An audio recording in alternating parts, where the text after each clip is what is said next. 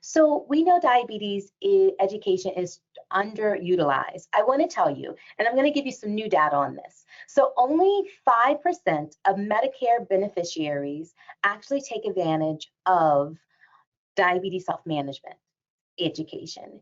And then out of the other insurances, especially private insurance, only 6.8% really take advantage of the education.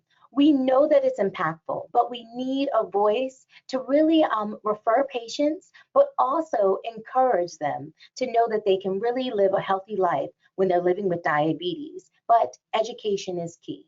So when and how do you refer? So it can be, a difficult thing to talk about when you have a limited time to see a patient. But why you should refer is really to really give your patient the tools to help them better manage their diabetes. Also, it really begins and ends with the patient understanding, hey, how does this diabetes fit in my life? That's really our goal. Our goal is really to understand, how does diabetes weave in and outside of work, home, family, and how you actually manage it. So it is important not only for clinical outcomes, but also for your patient coping with living with diabetes. So the benefits. So we know that people that actually are attending diabetes education, they actually utilize their primary care services more often. We encourage for our patients to actually make sure they check in on problems. They take their medication more often. They also have better control of their blood sugar, blood pressure, and cholesterol. And as Dr. Manier showed, it lowers healthcare costs. So that alone, for them learning, can help us lower the healthcare costs, especially in Maryland, especially when we have this total global budget, and that global budget really can affect how we offer programs and services. So what is diabetes prevention? It is, we have a fully recognized program through the CDC.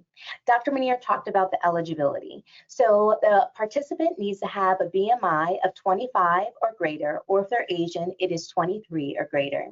Now, this program is delivered by lifestyle coaches. These lifestyle coaches can be a wide variety. It could be community health workers, it could be a registered dietitian, it could be a nurse, it could be a health coach, but we follow a curriculum. The program lasts for up to 33 sessions, and it's 12 months, so it's all year long. It is group-based. We are currently holding our DPP classes virtually, and we hope to eventually go back in person, because that's where we really thrive, especially with our groups coming in person. But the program goals are weight loss of 5% or greater, physical activity at least 150 minutes per week, and A1C decrease of 0.2%. The topics are a wide variety of topics. They'll learn about how to prevent diabetes. They will learn physical activity. They'll learn about dining out. They'll learn about to challenge when you have challenges or pitfalls when you're losing weight. And also really also talks about emotional stress and how you manage things. So the program offers a wide variety of topics, but also we incorporate healthy cooking and physical activity so people can really adapt these lifestyle changes to keep them forever. So for diabetes self-management and training, the eligibility is diabetes. It could be gestational diabetes, it could be type 1 diabetes, it could be type 2 diabetes. Now, these classes are provided by our certified diabetes care and education specialists, like myself. It could be a nurse, it could be a registered dietitian, it could be a pharmacist, or even a social worker or NP. So these classes are either individual, group, they could be in person or in telemedicine. And we have 7 areas of content that we would cover. What is diabetes, medication, preventing complications, healthy coping, and also stress management. So those are some of the topics that we would cover in a diabetes self-management and training program. So there are 4 critical times of when you should refer for diabetes self-management education. It's at diagnosis. So like our screening, we want to make sure that we screen. And that number has been lowered to even 35. And looking at even 35-year-olds and seeing if they are at risk for diabetes. So at diagnosis, you should refer for diabetes annually. So everyone has an annual benefit, and especially when they're not meeting their targets, to check in with a diabetes educator. So if they're developing retinopathy or gastroparesis, or they're having issues with circulation, these are really the reasons why and time for you to refer. The other one is transitions in life. So for our children, when they are becoming young adults, even when some of our older individuals, I presented on speaking to older individuals and learning about diabetes care. I always talk about my grandfather got diagnosed with diabetes at 86. And he really had to learn a lot. That was a lot to learn. He lived up to 96, even managing his diabetes. And the one thing that I always say is it's never late to learn. And referring is important for those critical times. So we are offering an EPIC tool. So this is building the infrastructure, and this is what this grant is really all about. There is going to be an eligibility column that you can add to your schedule. You'll be able to see if your patient is eligible for either DPP or DSMT, an easy way for you to be able to identify someone and be able to refer them.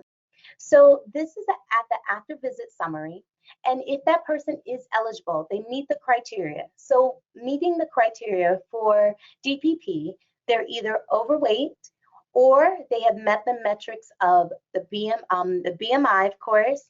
It could be fasting, it could be A1C, or it could be an oral glucose tolerance test. This will then tell them that they are eligible and that we would recommend for them to participate in a diabetes prevention program. They'll be able to register and call if they are interested. We are hoping that you'll see, especially see that ABS printout. This will happen for not only for DPP, but also DSMT. So for DPP, there does not have to be a medical referral.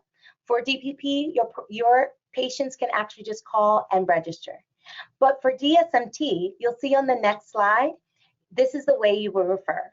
So we have a referral in EPIC already. It's called Ref 20. That Ref 20 can be completed and will be sent to our team. Our team will reach out to your patient and schedule them for their DSMT appointment. Now, we are going to be making some more updates to this Ref 20 to make it very easy to use. And we also will be releasing modules and videos to help you with filling out this Ref 20. But this is the way that you will refer for DSMT.